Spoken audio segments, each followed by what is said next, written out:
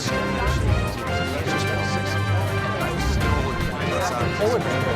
die.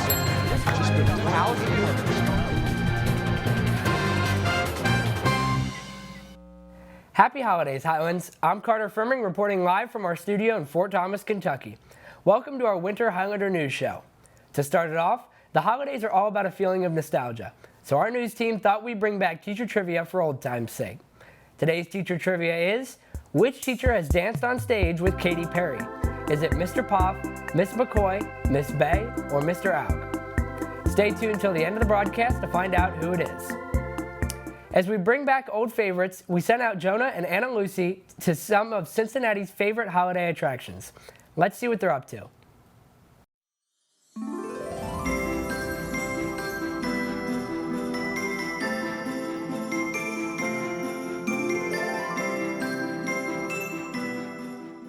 Thanks, Carter. Anna Lucy and I are currently here at Fountain Square, right next to the ice rink. Fountain Square is a perfect place to come celebrate the holidays. It is open until February 20th. You can ice skate. There are also bumper cars on the ice. You can get your tickets on Fountain Square's website. Sully found out more about the ice rink and many other attractions around Cincinnati. Christmas time is almost here, and with that brings a season of lights, snow, and much, much more. If you don't know what to do this holiday season, don't worry. Here are the top 5 winter activities in the Cincinnati area this year. Number 5. Christmas Entertainment Junction. Christmas at the Junction is open once again until January 1st. If you're looking for the new Christmas tradition, this is it. You can check out the world's largest indoor train display that is right here in Cincinnati, Ohio. Don't forget to check out the Christmas walkthrough, where you will enter a 1950s street scene to experience the feeling of Christmas like never before. More information on tickets and times are available at the Cincinnati Entertainment Junction website. Number 4. Coney Island Nights of Lights. This year, you'll drive through over 2 million lights synchronized to different holiday music. Nights of Lights will be open, rain or shine. It is open every day until January 2nd, and tickets will be available online or at the gate. So sure, it's not the water park, but it sure is a nice sight to see. Number 3. Kings Island Winterfest. The annual Kings Island Winterfest will be happening once again. Running up until December 31st, Kings Island will be transformed into 11 different winter wonderlands. Did you miss out on your favorite rides in the summer?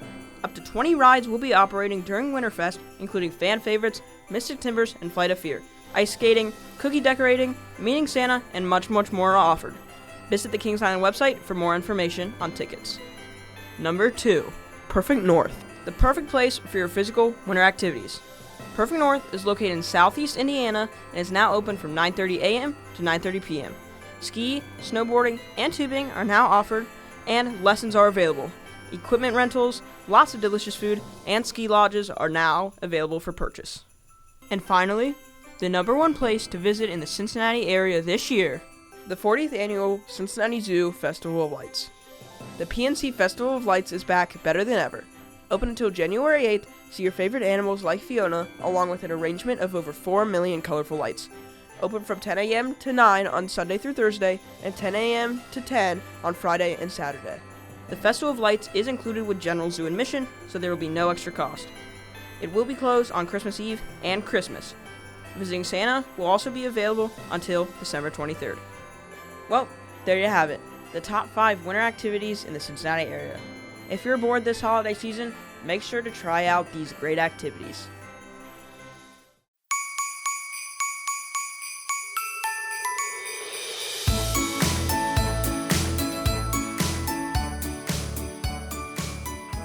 Thanks, Sully. I'm currently here at Cincinnati Zoo's Festival of Lights.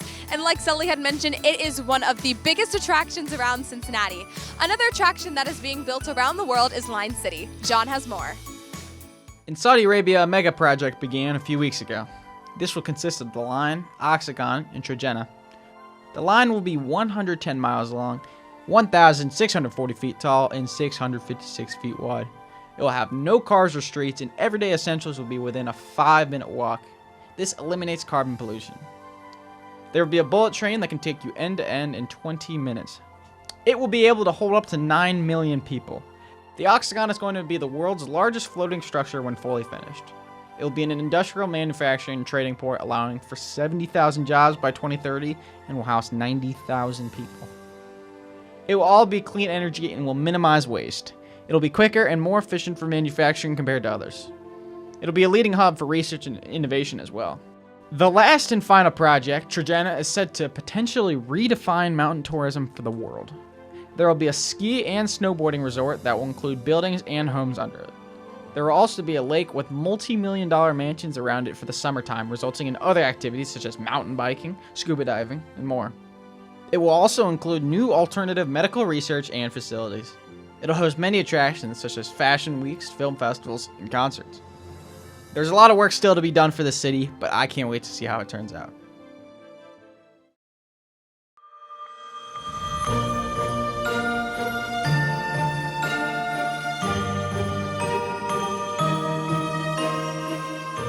Thanks, John. I'm here now at the Holiday Junction exhibit at the Cincinnati Museum Center. As you can see behind me, there are tons of interactive experiences for people of all ages. We got to catch up with some of the amazing people that work here and see what this exhibit is all about.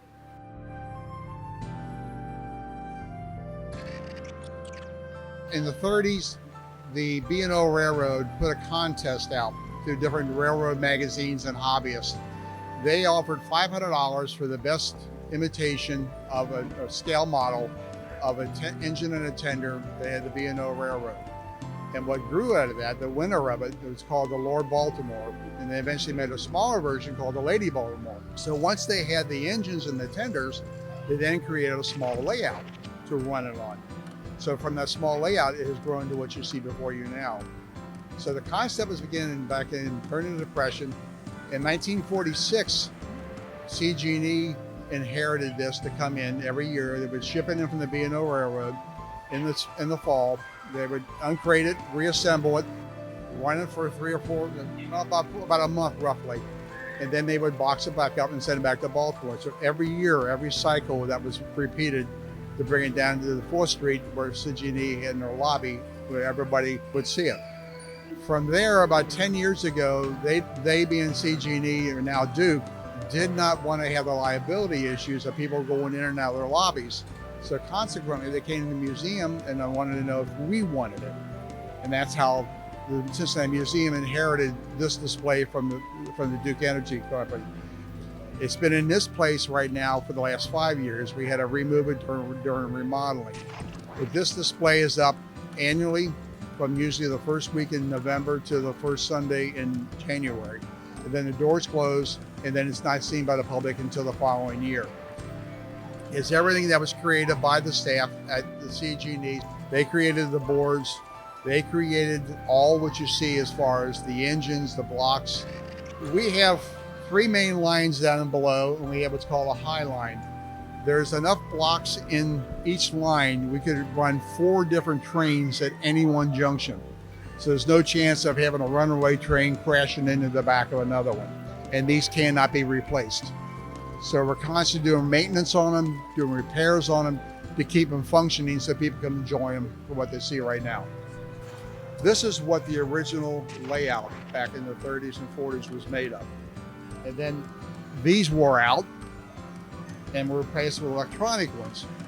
So these are, I believe, from the 60s, but that's the most updated this has been. So these are ancient, but they still function. You still get parts for them.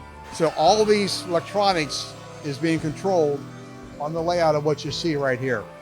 All the stuff that's in here right now all began with the CG&E, and we're lucky now to keep that heritage going as far as part of the Cincinnati area. Restart. Thanks, Anna Lucy. Be sure to visit the museum's Holiday Junction over winter break. While we're back here in studio, I'm joined with Brennan, who will give us an update on college sports around the area. What do you have for us, Brennan? Thanks, Carter. There's been a lot going in local sports, so let's get into it. Starting with Xavier basketball, they won their last time out against West Virginia, led by a dominating performance by Jack Nunge with 17 points and 14 rebounds. They would go 54% from the field. So far, their biggest win this season was over the Florida Gators on November 24th, where Colby Jones and Sully Boehm both had 23 points and 5 rebounds. This will be a very exciting offensive team to watch moving forward. They played against UC in a crosstown shootout on December 10th. The leading scorer was for the Bearcats, and it was David DeJulius. He is a 6-foot guard from Detroit, Michigan. This is definitely a big offensive team. He's an aggressive style of play, teaming up with Launders Nolley II, the Memphis transfer. This team is a very good one to watch. However, the winner of this game was Xavier with Sully Boehm's 21 points and 6 rebounds. Xavier would win 80-77. Moving across the river, let's look at the NKU women's team. They're a very high-scoring team. They average 81.4 points per game atop of the Horizon League. Kaylee Davis led the scoring last time out in a win against Miami of Ohio with 20 at the guard position. The defense has also improved greatly from last year, including getting redshirt senior Lindsay Duval in the paint more for easy rebounds and points in the paint. Staying at Northern, it's hard to ignore how well the men's team is playing this year. Marquez Work has been an absolute machine shooting the ball. Against Tennessee Tech, he scored 45 points, the most in the NKU D1 era, second most in school history. Unfortunately, former Bluebird Sam Vincent has had a bit of a roadblock due to injury. When he's healthy, he's a shoe-in starter from the guard position. Defensively, fifth-year forward Chris Brandon has been as locked down as it gets. Also, it's hard to ignore his 106 rebounds this year. Going back across the river, let's talk about professional baseball and football.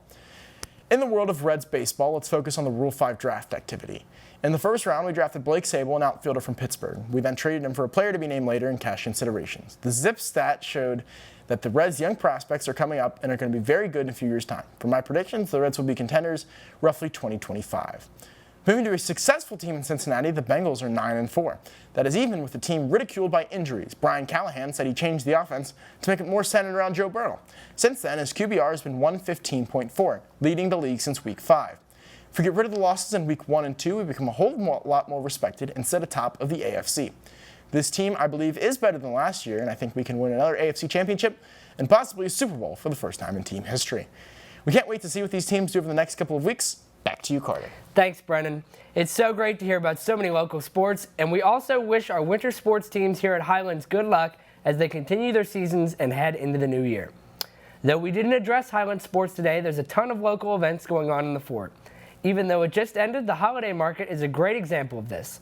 The holiday version of our city's farmers market gave so many people cheer, and we can't wait to see what it brings next year. Kristen found out more about this event. With the holiday season coming around, me and Ashton went around to the holiday market hosted here in Fort Thomas to check it out. This is my 4th year at the farmers market. I make baking mixes and marshmallows and hot chocolate things. I like getting to see everyone, and everyone's usually in a good mood, and they've got on their fun clothes, and little kids are just eating all the sugar and candy and bouncing off the walls. Well, right now for the holiday market, we have crafts. We have a block arts that we do. We grow microgreens year round. We make what was called value-added products. We've got dried peppers, we've got pickles, relishes, jams, and jellies. Actually, since it started, I was actually the inspiration for it. I pushed the market into doing a holiday market. Hi, my name is Bailey Garnick. I'm the assistant manager at the Fort Thomas Farmers Market. This is my 2nd season. I love having all the new vendors. I love all of our usual vendors, but it's so fun to see what new vendors we have every year and what new products they bring. My name is Linda Sloan. I am doing Christmas cards for the veterans. I'll be here for all 3 of the market days, but I also have the students at Highlands and all the grade schools make cards for me too. But they'll go for the Fort Thomas veterans, Cincinnati veterans, and a halfway house in Cincinnati that's all veterans. I am Audrey Heindel and I'm selling pottery. I've been making pottery for around 4 years now. Well, I had a lot of pottery from a recent class that I made, and they said they would really like to have me, so I decided to come and sell my pottery. I think my most popular item is some of my smaller bowls. They're like kind of anything bowls. A lot of those have been going really well. My name is Abigail Benzing, and I am the general manager of Moonrise Donuts Crescent Springs. Moonrise Donuts is the best place in Northern Kentucky to get the best donuts. We also sell Carabello coffee. Probably our hottest item is every day we have hot donuts that we make to order, so you can get a fresh donut made especially for you. The holiday market has come to an end, but we can't wait until next year. The Regulars Farmers Market still takes place every Wednesday at the Mess Hall in Tower Park. Make sure to take advantage of the market with Christmas coming up.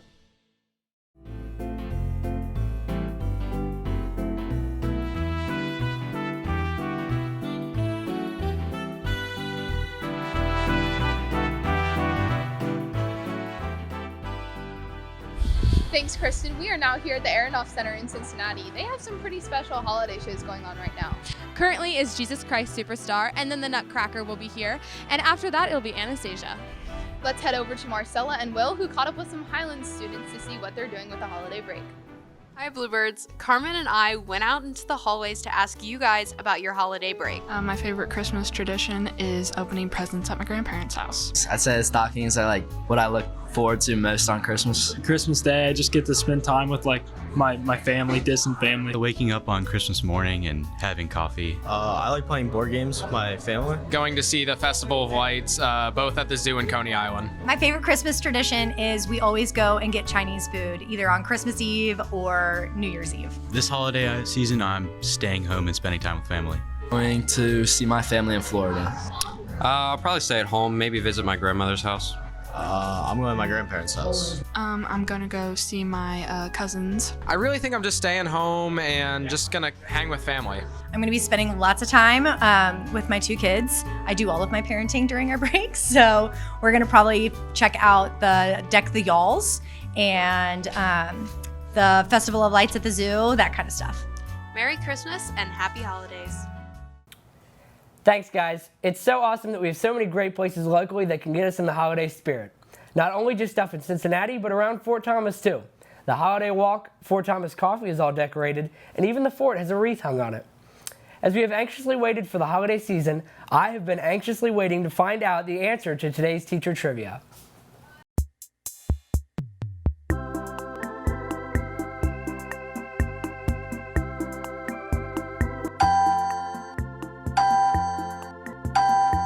When I was in high school, I went to a Katy Perry concert. We had pit tickets down front, and right towards the end of the concert, somebody came out and asked me if I wanted to get on stage and dance with Katy Perry at the end of the concert. It was fun.